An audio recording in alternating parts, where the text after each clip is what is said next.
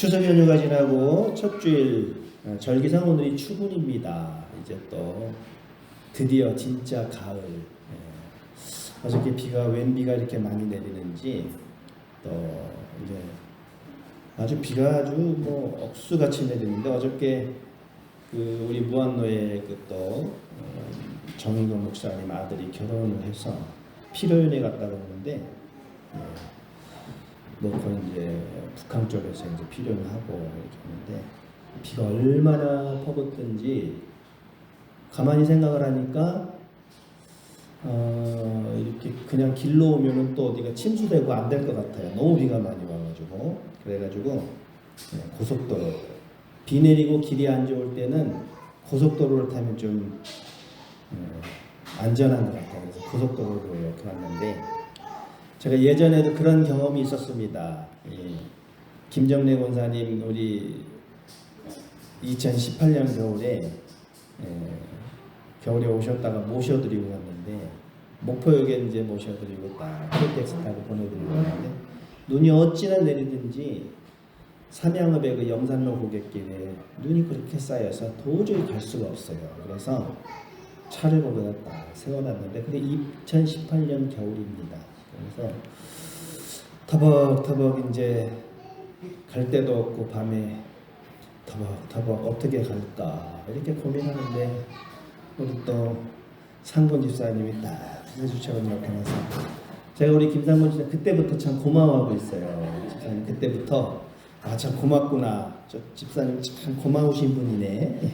그때부터 좀 마음이 고마운 마음이 들고 그러니까 이 눈이 오고 이 길이 안 좋을 때는 고속도로로 오는 게 제일 좋겠더라고요. 그래서 그때를 기억하면서 고속도로에 오는데 그렇게 또 비가 많이 내려요. 아주 막 억수같이 퍼부는데 또 이제 저기 남한 어디 또 잠겼다 그래요. 침수되고 막 그랬다 그래요. 아무튼 저도 추석 연휴 잘 보내고 또 우리 김정래 권사님 이사 간데도 자, 파주 쪽으로 가셨어. 파주 쪽으로 가셨는데 또 가서 또 이렇게 찾아뵙고 얼마나 또 반가우시는지 우리 김정래 권사님이 그렇게 반가우시고 아주 또 얼굴도 정정하시고 근데 몇 년 후면 이제 90이 다 되시잖아요. 90이 다 되시는데 정정하시고 우리 또 애들도 다 가니까 너무 좋아하시고 그런데 이렇게 거실을 꾸며놨는데 거실에 딱 보니까 이렇게 권사침 및 명예권사 추대식 그 사진이 다 걸려 있어요. 그러면서 거실에 옆에다 딱 이렇게 장식장에다가 이렇게 이걸 그리워하시는 거예요. 그리워하시면서 또 이렇게 권사패도 딱 놓고 항상 우리 현경제일교회 그래서 우리 그 김정래 권사님 찾아갈 때 우리 유행신 권사님이 고구마 한 박스를 줘가지고 고구마 박스 이렇게 전해드렸더니 앞집에 계시는 권사님 고구마 한 박스 전해드렸다.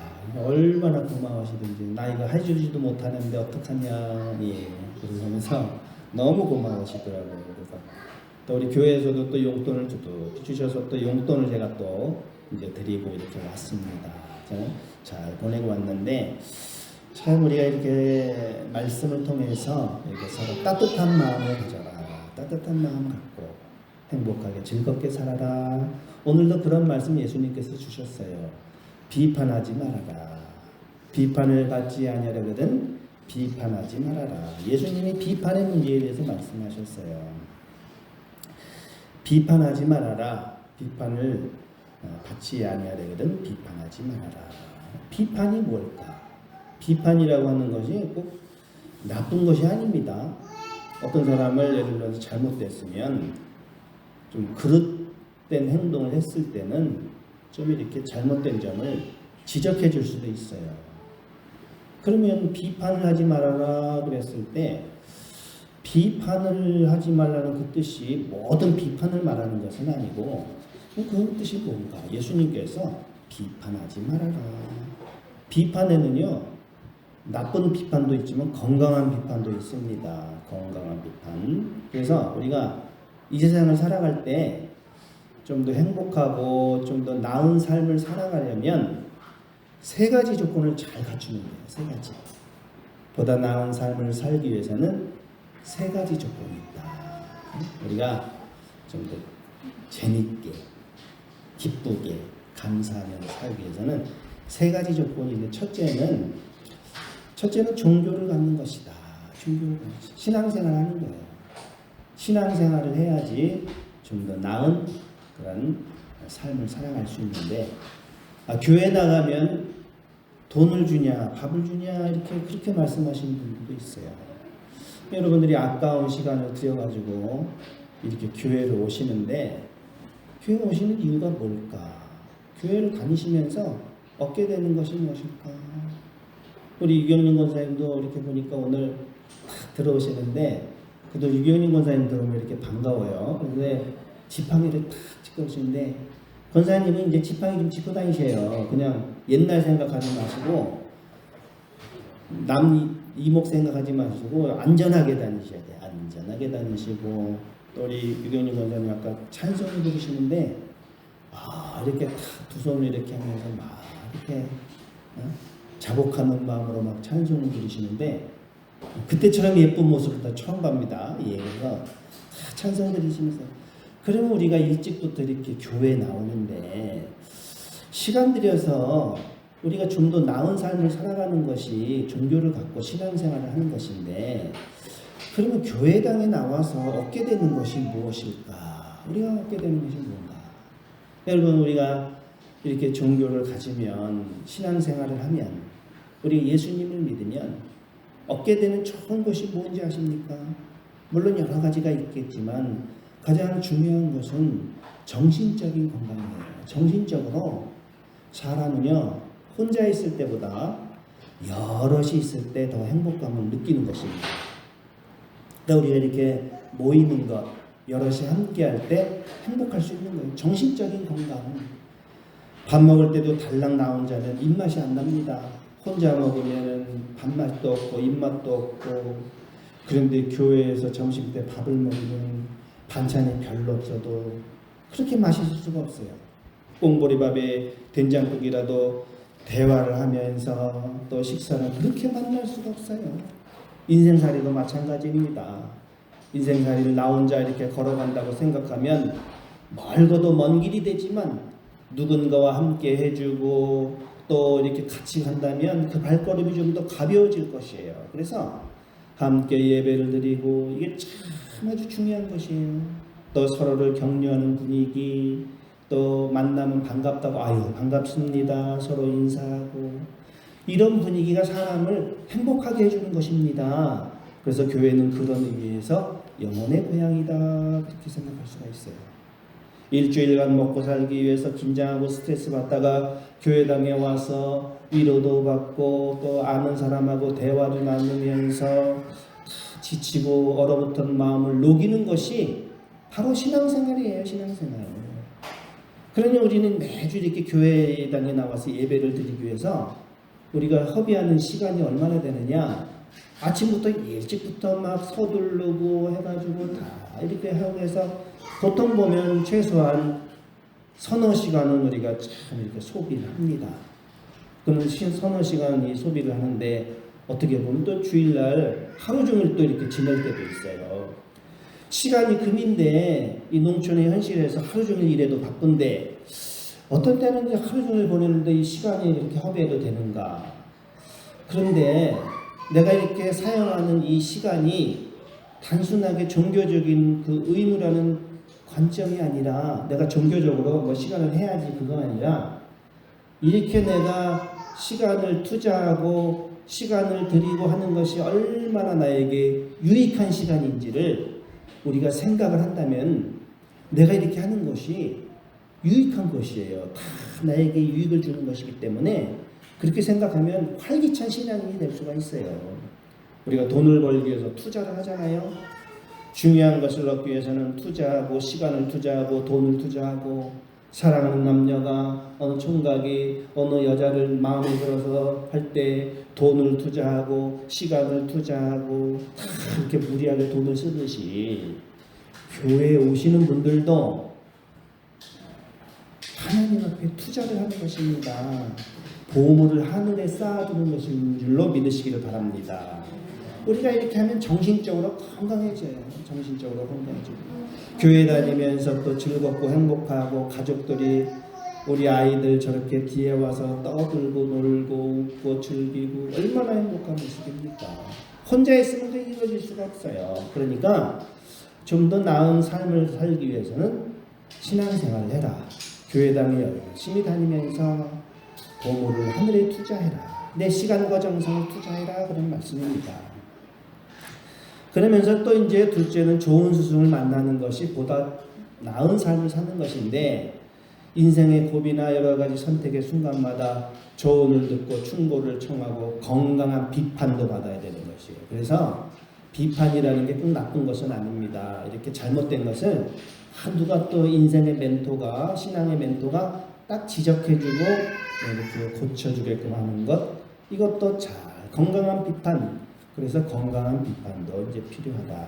건강한 사회의 원동력은 건전한 비판이 있을 때 사회도 또 이렇게 잘 돌아가고 상대방의 발전을 위해서 해야 되는 거예요. 이 비판이라고 하는 것은 이렇게 배려하는 마음으로 존중해주는 마음으로 비판해주는 것. 건강한 비판 참 좋은 것입니다.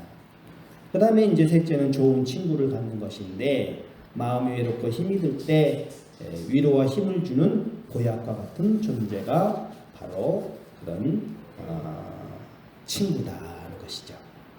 아무튼 이렇게 해서 이 세 가지가 우리 삶에 있어서 참 좋은 그런 더 나은 삶을 살게 해주는데 비판이라는 것이 또 무조건적인 아주 건전하지 못한 그 비판이 있어요. 어떤 분이 참 환경운동을 하시는 분인데 이상하게 환경운동하고 막 목소리 높이고 글을 쓰면서 막 이렇게 비판하고 막 정죄하고 이런 분들이 이상하게 나중에 이분들을 가만히 이렇게 조사를 해보니까 병에 걸린 사람이 많다. 그분들은 환경운동하면서 도덕적으로 살고 아주 바른 생활을 하였고 환경운동하니까 엄격하게 유기농 제품을 이렇게 먹으면서 살았는데 가만히 보니까 나중에 암에 걸리거나 병에 걸린 사람이 많다. 왜 그럴까 하고 그 원인을 가만히 생각해 봤더니 그분들은 계속해서 비판적인 글을 썼다는 거예요. 비판적인. 세상에 대한 비판적인 마음은 무의식적으로 자기에 대한 비판으로 돌아왔고 그 결과 몸이 상하게 되었다는 것이죠. 그러니까 건전한 비판, 건강한 비판은 참 좋은데 무조건적인 남을 억누르고 억압하고 정죄하는 그런 비판을 하지 말아라. 이렇게 그 비판은 몸에 안 좋다는 것이죠. 그러면 예수님께서 말씀하신 비판이라는 말이 뭐냐? 그것은 바로 남을 심판하지 말아라 그런 뜻인데 너희가 비판하는 그 비판으로 너희가 비판을 받을 것이요 너희가 헤아리는 그 헤아림으로 너희가 헤아림을 받을 것이다 그랬는데 자 여기서 비판을 하면 안 되는데 예수님이 말씀하신 이 비판이라는 것이 무엇인가? 과연 예수님이 말씀하신 그 비판은 그러면 사람이 잘못된 거 지적해주는 비판도 그 잘못된 것인가? 예수님께서도 비판을 하셨어요. 바리새인들, 서기관들 잘못된 거 비판하시고 화 있을진저 막 그러셨어요. 그러면 여기서 말하는 비판, 예수님이 말씀하신 비판이라는 것은 무엇이냐면 성경에서 말하는 심판을 말하는 거예요. 심판. 너희가 남을 함부로 심판하지 말아라 그런 뜻이에요. 비판하지 말아라 라는 것은 함부로 심판하지 말아라. 여러분이 살면서 우리는 함부로 심판을 합니다. 왜냐하면 하나님께서는 심판하지 말라고 하셨는데 심판하는 자를 하나님이 심판하실 것이기 때문에 하나님은 심판하시는데 인간인 너희들이 사람인 너희들이 심판하면 안 된다. 그러니까 사람이 심판하려고 한다는 것은 결국 하나님을 대신하려는 그런 행위입니다. 그래서 남을 심판하지 말아라. 이 말씀이에요. 비판하지 말라는 말씀은 남을 심판하지 말아라. 그래야 너희도 심판을 받지 않는다. 왜 괜히 남의 문제에 끼어들어서 감나라, 배나라 뭐 이렇게 하는 것도 쓸데없이 간섭하고 문제를 만들고 속을 뒤집고 그러면서 어찌하여 비판하지 말라 그러면 너희가 비판을 받지 않을 것이요 정죄하지 말라 그러면 너희가 정죄를 받지 않을 것이요. 심판하는 말씀하고 똑같은 거. 심판하지 말아라. 심판하지 말아라. 심판하지 말고.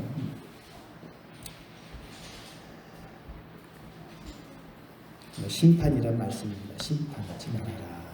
어째 형제의 눈 속에 있는 티는 보고 내 눈 속에 있는 들보를 깨닫지 못하느냐. 그러니까 심판하지 말아라. 심판하지 말아라. 태조 이성계가 무학대사와 담소를 나누고 있습니다. 무리하던 찰나에 태조가 이성계가 무학대사에게 우리 농이나 합시다. 이제 농담이나 하자 그러죠. 이제 성공을 딱 펼칩니다. 뭐라고 펼치냐면은 대사의 눈에는 대사는 돼지처럼 보이는 거요. 그러니까 무학대사가 허허 전하께서는 부처님처럼 보이십니다. 그리워했어요. 그러니까 태조가 놀라서 아니 대사 농을 하자니까요. 그러니까 예 돼지 눈에는 돼지만 보이고 부처 눈에는 부처만 보이는 법이지요. 그래서 불안돈목이다 이제 그런 것이 있어요. 예, 심판하지 마라. 여러분 내 마음이 어떤가 했더라. 예. 보라 내 눈 속에 들보가 있는데 어째 형제에게 말하기를 나로 내 눈 속에 있는 티를 빼게 하라 하겠느냐. 외식하는 자여 먼저 내 눈 속에 있는 들보를 빼어라. 그해야 밝히 보고 형제의 눈 속에서 티를 빼어라. 여러분 내 눈 속에는 들보 대들보 같은 게 있는데 먼저 내 눈 속에 있는 들보를 빼고 그에 밝히 보고 형제의 눈 속에서 티를 빼라는 말씀입니다. 그러니까 심판하지 마라. 심판하지 말고. 그러면 어떡하느냐. 너희 아버지의 자비로우심 같이 너희도 자비로운 자가 되어라. 이 누가복음 3장 36절 말씀이에요. 6장 36절 말씀. 아버지께서 자비로우심 같이 너희도 자비로운 자가 되어라. 여러분 자비로운 자가 되어야 됩니다. 자비로운 자. 능력이 많은 사람보다 자비로운 자가 되어야 돼요. 자비로운 권사님, 자비로운 집사님, 자비로운 성도님, 자비로운 자가 되어라. 너희도 자비로운 자가 되어라. 아버지의 자비로우심 같이 너희도 자비로운 자가 되고 심판하지 말고 함부로 심판하지 말고 내 눈 속에 있는 들보를 깨달아 남을 함부로 정죄하지 말아라. 자비로운 자가 되라. 그런 말씀입니다. 자비로운 자. 오직 너희는 원수를 사랑하고 선대하며 아무것도 바라지 말고 꾸어주어라. 그리하면 너희 상이 클 것이요. 아무것도 바라지 말고 주어라. 원수를 사랑하고 선대하고 아무것도 바라지 말고 꾸어줘라. 참 이게 전도할 때도요. 어린 양들 전도하는 것이 어렵고 그렇게 또 세차하시는 건 나오래도 안 나오잖아요. 안 나오죠. 근데 그걸 어떻게 해요? 근데 전도의 원리가 있습니다. 전도의 원리. 우리가 남에게 이렇게 전도를 하고 사랑을 베풀 때 어떤 마음을 해야 되냐면 아무것도 바라지 말고 주어라. 바라지 말고 이 사람을 전도해야지 하는 것도 바라지 말고 주어라. 원수를 사랑하고 선대하고 아무것도 바라지 말고 꾸어주어라. 주어라. 그러면 그렇게 하면 너의 상이 클 것이다. 이렇게 말씀하십니다. 그리고 때가 되면 그런 마음으로 사랑의 원리로 전도를 하면 사람들을 대하면 때가 되면 하나님께서 돌아올 자는 다 돌아오게 하시고 이것이 가장 하나님 말씀대로 말씀을 정확하게 깨닫고 그대로 순종하는 것이 전도의 가장 큰 힘입니다. 아무것도 바라지 말고 주어라. 그리하면 너희 상이 클 것이다. 그러다 때가 되면 다 나오리라. 오늘 말씀을 맺도록 하겠습니다. 거룩한 것을 개에게 주지 말며 너희 진주를 돼지 앞에 던지지 말라. 그들이 그것을 발로 밟고 돌이켜 너희를 찢어 상하게 할까 염려하라. 거룩한 것 진주는 하나님의 말씀 복음인데 개에게 주지 말라. 이 개는 아주 참 수치스러운 걸로 생각했어요. 우리 유대인들의 사회에서. 돼지는 부정한 거예요. 수치스럽고 부정한 그런 외식하는 자들에게 던져주지 말아라. 그들이 이것을 발로 밟고 돌이켜 너희를 찢어 상하게 할까 염려해라. 오히려 그걸 통해서 내가 상처를 받을까 조심하고 하나님의 말씀을 잘 분별해서 잘 이렇게 잘 사용해라, 그런 말씀입니다. 여러분, 오늘 말씀을 통해서 심판하지 말아라, 심판하지 말아라 이렇게 생각하시면서 따스하고 자비로운 성도님들이 되시기를 주님의 이름으로 축원합니다. 아멘.